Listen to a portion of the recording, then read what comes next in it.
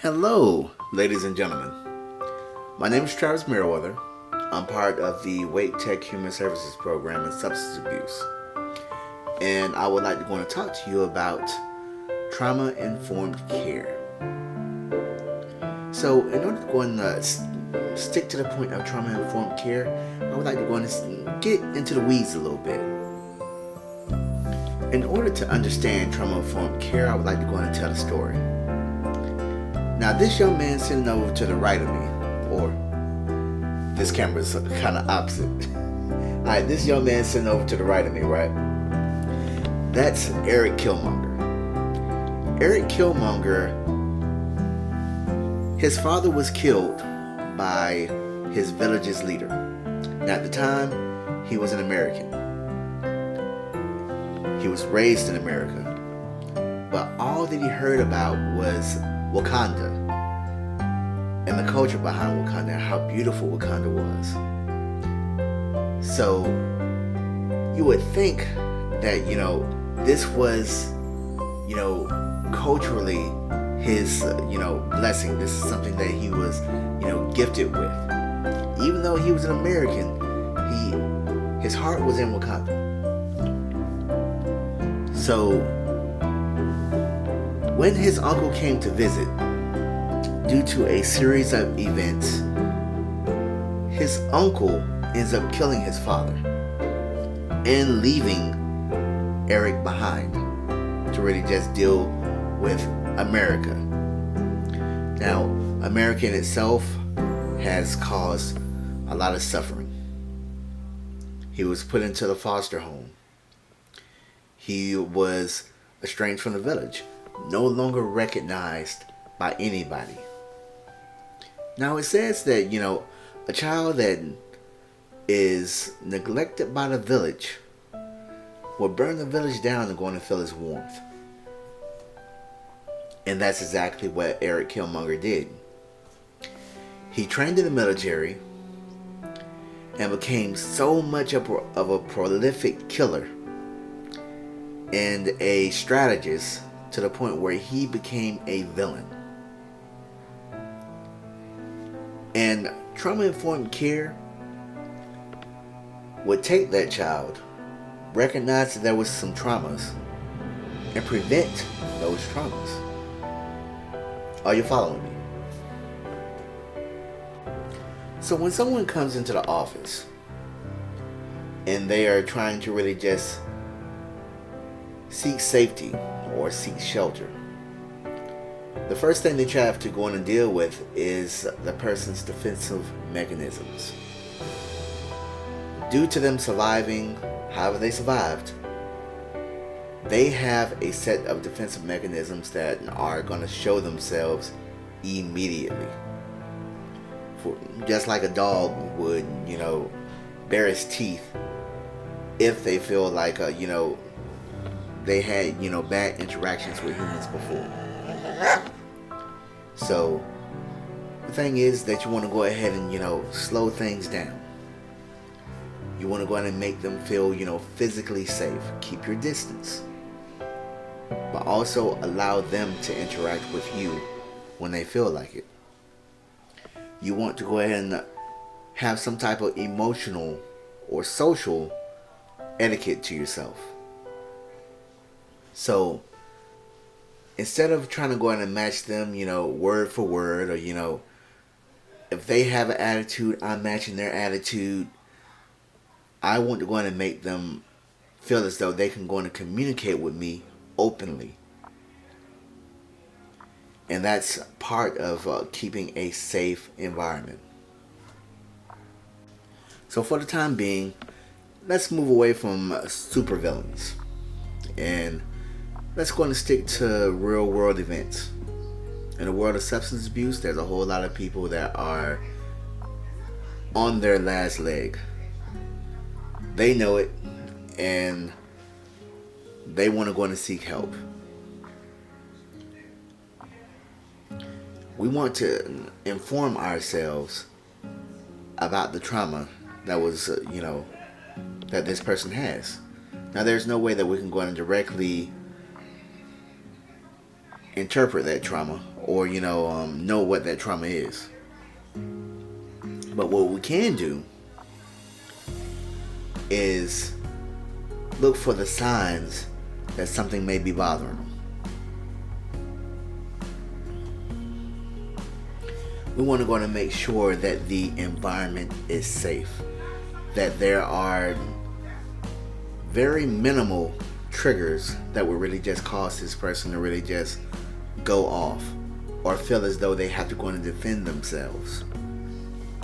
We want to go ahead and take away any type of resistance that this person may have, because when it comes down to it, this is a transition period, and it's a make or break moment. Either this person is going to go ahead and seek the help, or they're going to go ahead and go back to what feels comfortable to them. And usually people go back to what feels comfortable. But if you want that transition enough, then we want to go ahead and prevent you from having second thoughts or getting over that ambivalence. Now, ambivalence, the way that I would describe ambivalence is straddling the line. Maybe you'll go ahead and change, maybe you won't. But that requires some type of motivational interview. A back and forth dialogue between me and the person. And they're telling me exactly the reasons why they have to change, or the reasons why, they feel that the change is needed, and I'm pointing out the reasons why change is possible. And what this back and forth is meant to do is to really just filter out all the reasons why, no is not the answer. You want to change. You have these reasons why you want to change. I go over your motivators. I go over your reasons why you may not want to go on a change. And when the session is over, hopefully we can go ahead and peel back those weeds and make a plan for change. So of course, trauma-informed care doesn't stop on that first day or the first period.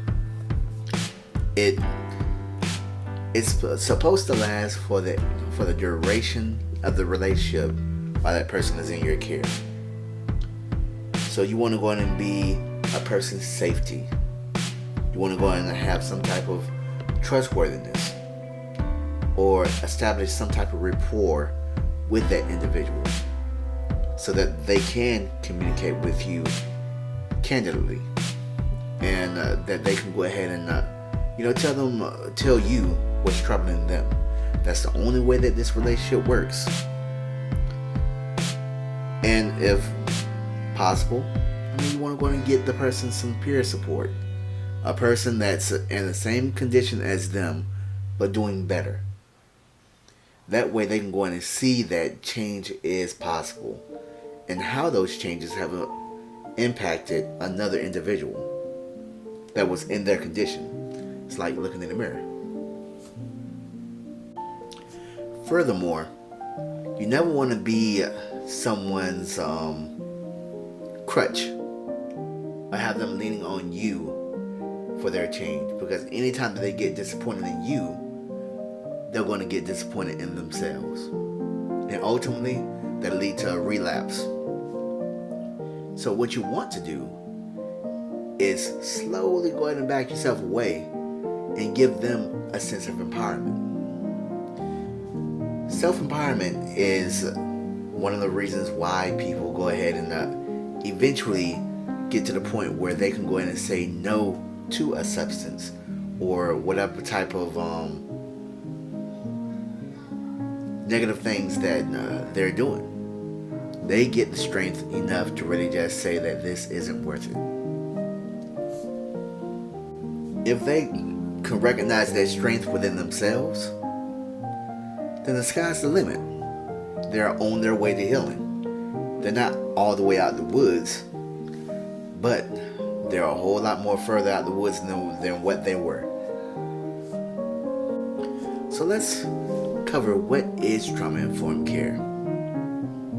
Trauma-informed care is recognizing that yes, trauma did happen. And even though trauma did happen, they can go in and survive their traumas. And ultimately, they can go in and get strong enough to the point where they don't need third parties at all. They can go in and do it themselves. So everyone, from the staff all the way up to the physician, is responsible for trauma-informed care. We create a safe environment where the patient is able to really just recover. They're like a little sick bird that's been kicked out of the nest. You wean them, you care for them, and you heal them, or you play a part in healing them, until they can go in and eventually learn how to go and fly for themselves.